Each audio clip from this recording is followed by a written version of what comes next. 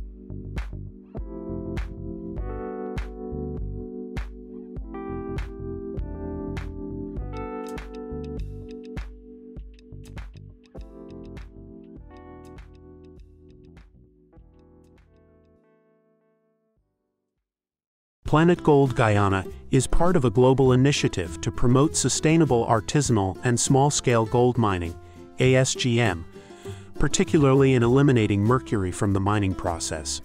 planetGOLD Guyana has been introducing state-of-the-art equipment such as the gold kacha, gold cube, and blue bowl to replace the traditional method of gold mining that uses mercury. Why is mercury needed? Mercury is an extremely toxic substance that is seriously harmful to human health and the environment.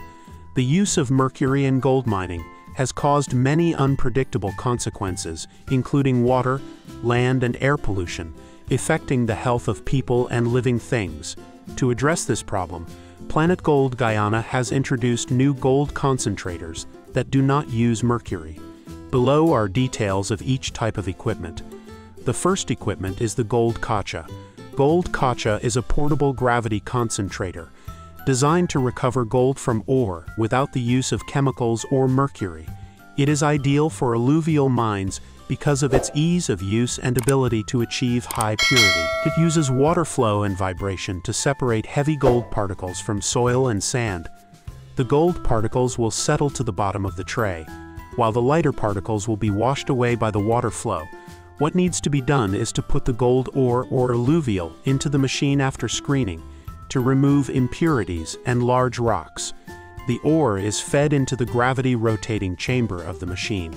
Under the action of centrifugal force, the heavier gold particles will settle to the bottom, while the lighter impurities will be pushed out. The gold will then be separated, allowing the miner to obtain pure gold with high recovery without adding any chemicals. The advantages of this equipment are simple design, easy to use and maintain, high efficiency in gold extraction from alluvial deposits with large gold particle size and low investment cost. However, the efficiency of gold extraction may be reduced when the gold particle size is too small, or when the gold content in the ore is low. The second device is the gold cube. The gold cube is a multi-stage concentration system, using the principle of sedimentation and flow to retain gold. This device is suitable for small gold mining operations, where miners can recover gold from alluvial deposits effectively. To use this device, the ore material will be screened to achieve a small size, usually less than 1 millimeter, which helps increase the efficiency of gold extraction. The material will be passed through many layers of the gold cube, where the gold will settle on the concentration plates, according to the principle of gravity. The lighter impurities will be pushed up and out. After the concentration process is complete, the gold will remain on the filter plates. Miners only need to recover the gold from these filters to achieve good results without using mercury. This device is highly efficient in separating gold from various ores, providing the ability to separate gold with small particle sizes. However, the disadvantage of this device is that the investment cost is higher than that of gold kacha. The third device is the blue bowl. The blue bowl is a disc-type gold separator, which uses a vortex of water to concentrate and recover gold. This is a simple and easy-to-use device, suitable for separating pure gold from alluvial sand, especially with very small gold particles. We need to ensure that the ore has been finely ground and large impurities removed. Then, put the raw material into the blue bowl and adjust the water flow accordingly, creating a gentle vortex to help the gold settle to the bottom of the bowl. The gold particles, due to their heavy weight, will automatically settle to the bottom of the device, while the lighter sand particles are swept out. The gold kacha, gold cube, and blue bowl devices help miners recover gold effectively from alluvial mines without harming the environment and health. With planetGOLD Guyana's approach, they are committed to supporting small-scale gold miners in adopting mercury-free methods that are economically viable, safe, and sustainable.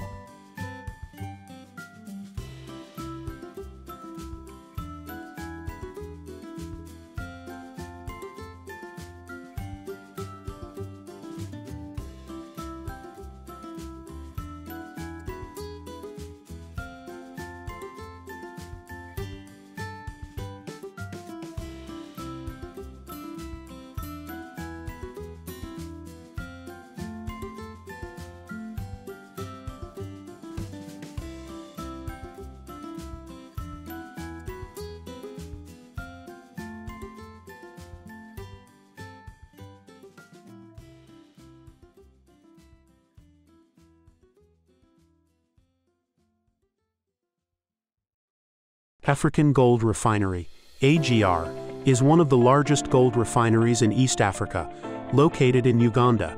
AGR carries out the process from raw material procurement to the final product ready for the market. This raw gold can be in the form of gold ore or gold dust, which is low in gold content and unrefined. Each batch of raw gold is thoroughly tested before being put into production. Raw gold is heated in a furnace at high temperatures to turn into liquid form.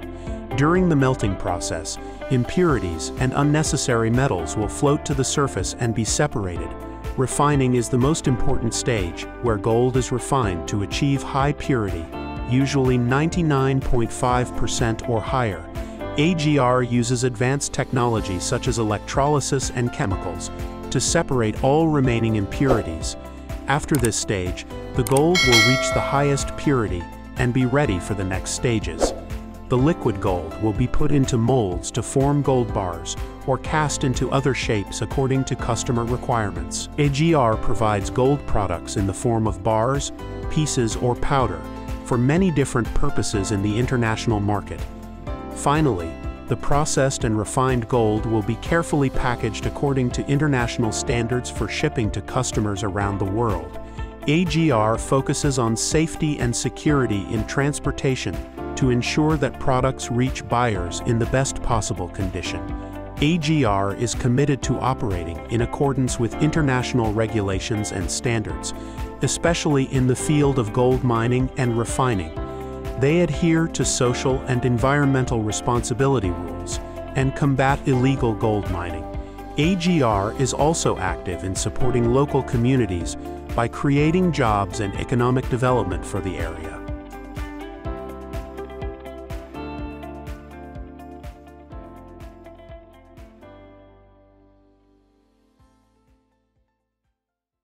Perth Mint, a leading Russian company in precious metals refining, also specializes in machine-woven chains and bracelets made of gold 585 and 750 inches alloys, platinum 950, palladium 850, and silver 925. Hollow chain production is one of the most prioritized directions of the jewelry production development. Perth Mint is currently engaged in the serial production of 18 distinct kinds of hollow chains and diamond-cut gold bracelets. Jewelry production is a complete manufacturing cycle complex, from jewelry alloy casting to diamond cutting and finishing. The production begins with the creation of jewelry alloys from the selected precious metals. This involves melting and mixing the metals to achieve the desired composition and properties. The alloys are then used to produce machine-woven chains. This involves feeding the metal through a series of machines that weave the metal into chains of various designs and thicknesses. Similar to chain production, the alloys are used to create bracelets. The metal is shaped and woven into bracelets, which are then polished and finished. Each piece undergoes rigorous quality control to ensure it meets the company's high standards. This includes checking for defects, verifying the metal content, and ensuring the finish is flawless. The final products are polished to a high shine and may undergo additional finishing processes, such as plating or coating, to enhance their appearance and durability. Perth Mint holds a significant market share in Russia, with approximately 35% of the machine-woven chains market. Their products are known for their quality and craftsmanship, making them popular both domestically and internationally.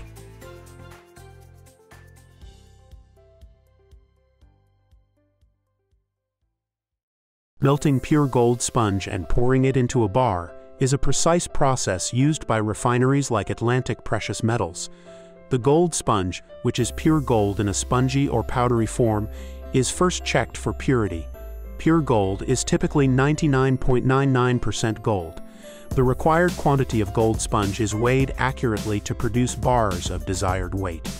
The gold sponge is placed in a melting crucible, usually graphite or another heat-resistant material, and melted in an induction furnace. Induction furnaces are preferred for their efficiency and precise temperature control. Gold melts at 1064 degrees Celsius, 1947 degrees Fahrenheit, so the furnace is set to reach and maintain this temperature. During this process, flux may be added to remove impurities and improve the flow of molten gold. Molds are preheated and often coated with a layer of graphite or other non-stick substance to prevent the gold from adhering. Once fully melted, the molten gold is carefully poured from the crucible into the mold. The pouring process must be quick and smooth to avoid air bubbles or irregularities in the bar. The mold is allowed to cool so the gold can solidify into the bar shape. The mold may be dipped in water to cool the bar more rapidly or left to air cool. Once solidified, the bar is removed from the mold. It is then cleaned and polished, with excess flux and other residues removed to give it a refined appearance. The bar is often stamped with its weight, purity, and a unique serial number. An assay purity test may be performed to confirm the bar meets quality standards. After all these steps, the gold bar undergoes final inspections to ensure it meets the required specifications before it's ready for sale or distribution. This method is common for refining companies, although precise techniques may vary based on equipment and facility specifications.